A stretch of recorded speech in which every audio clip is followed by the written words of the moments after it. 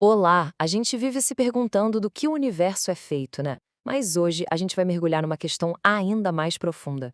Vamos juntos construir uma verdadeira catedral de pensamento para entender a resposta de uma das mentes mais brilhantes da história, Tomás de Aquino. Depois de argumentar que Deus existe, Aquino não parou por aí. Ele foi além e perguntou: ok, mas o que é Deus? Será que ele seria feito dos mesmos ingredientes básicos que formam todo o resto da realidade que a gente conhece? E para investigar isso, nossa fonte vai ser essa obra gigantesca, a Suma Teológica. É aqui que Aquino muda o foco. Ele para de tentar provar que Deus existe e começa a explorar como ele existe.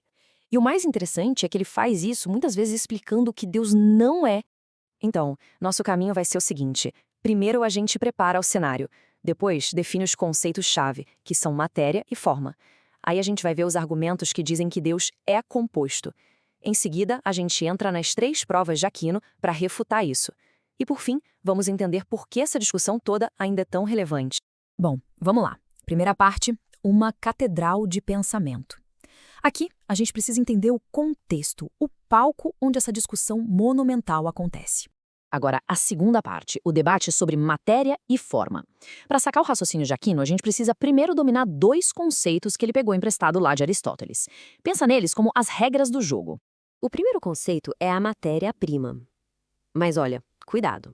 Não é matéria física tipo madeira ou pedra. É mais como um potencial puro, uma coisa totalmente indefinida. Pensa num bloco de argila. Ele pode virar um vaso, um prato, qualquer coisa, mas enquanto é só um bloco, ele não é nada disso ainda. É pura possibilidade. E o que faz a argila virar um vaso? É o segundo conceito, a forma substancial. A forma é como se fosse o projeto, a ideia, o princípio que pega aquele potencial bruto da matéria e o transforma em algo real, específico com uma identidade. É o que faz a matéria ser alguma coisa. Beleza. Terceira parte, os argumentos pela composição. Agora que a gente tem as ferramentas, vamos ver os argumentos que Tomás de Aquino vai ter que derrubar. E, como era o estilo dele, primeiro ele apresenta os argumentos contrários da forma mais forte possível. A primeira objeção vem direto da Escritura. O raciocínio é o seguinte: se a Bíblia fala que Deus tem uma alma, e a gente entende que a alma é a forma de um corpo, bom, a conclusão lógica é que Deus teria um corpo. E corpo, claro, é matéria. A segunda objeção também usa a linguagem bíblica, focando na ideia de imagem ou figura. Se Deus tem uma forma, uma figura, isso quer dizer que ele tem limites, contornos. E o que tem limites e contornos? A matéria. A última objeção é a mais filosófica de todas, e ela vem da nossa própria maneira de falar. Pensa bem, quando a gente diz Deus é bom, parece que estamos separando o sujeito, Deus, da qualidade bom. Isso sugere que Deus é uma espécie de suporte, uma matéria, que possui qualidades que seriam a forma. O que, de novo, implica composição. Muito bem, chegamos na quarta parte, o grande momento, as 3 provas de Aquino. Depois de apresentar os argumentos contrários, agora ele entra em cena com sua defesa, usando 3 provas puramente lógicas para desmontar a ideia de um Deus material. E a posição dele é claríssima, sem espaço para dúvida. É simplesmente impossível que exista matéria em Deus. E o ponto genial aqui é que ele não vai basear isso na fé ou na escritura, mas na pura razão metafísica.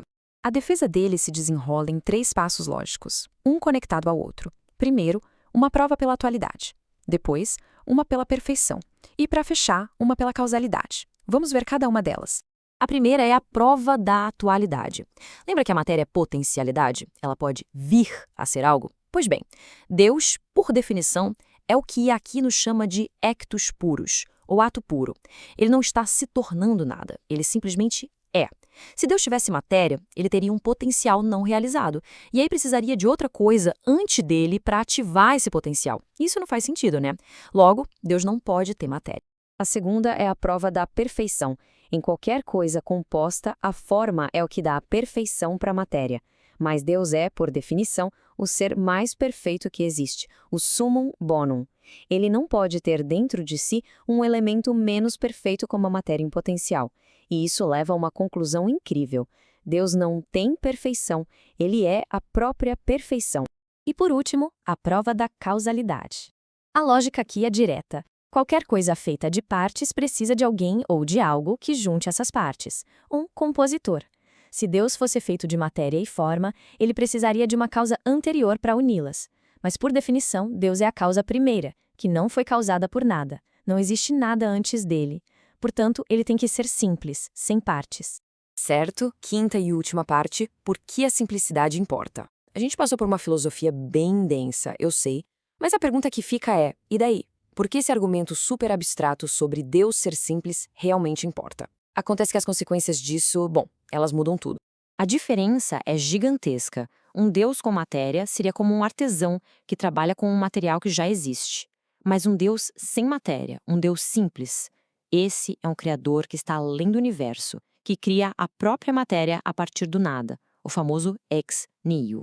Essa diferença radical fica ainda mais nítida quando a gente compara o Criador e a criatura. Nós somos compostos de matéria e forma. Deus é simplicidade absoluta.